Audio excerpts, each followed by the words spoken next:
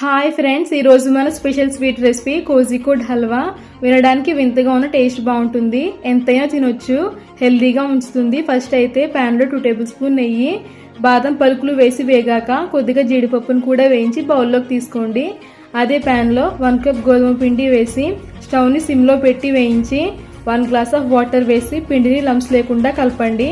First time చేసేవాళ్ళు ఫస్టే పిండిని వాటర్లో కలిపి ప్యాన్లో వేసుకోండి. తరువాత 1.5 కప్ బెల్లం పొడి వేసి బాగా మిక్స్ చేయండి.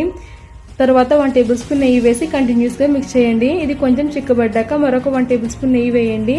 ఇలా పిండి ప్యాన్కి సెపరేట్ అయ్యే వరకు నెయ్యి వేస్తూ మిక్స్ చేయండి. మొత్తానికి నాకు 5 టేబుల్ స్పూన్ నెయ్యి పట్టింది.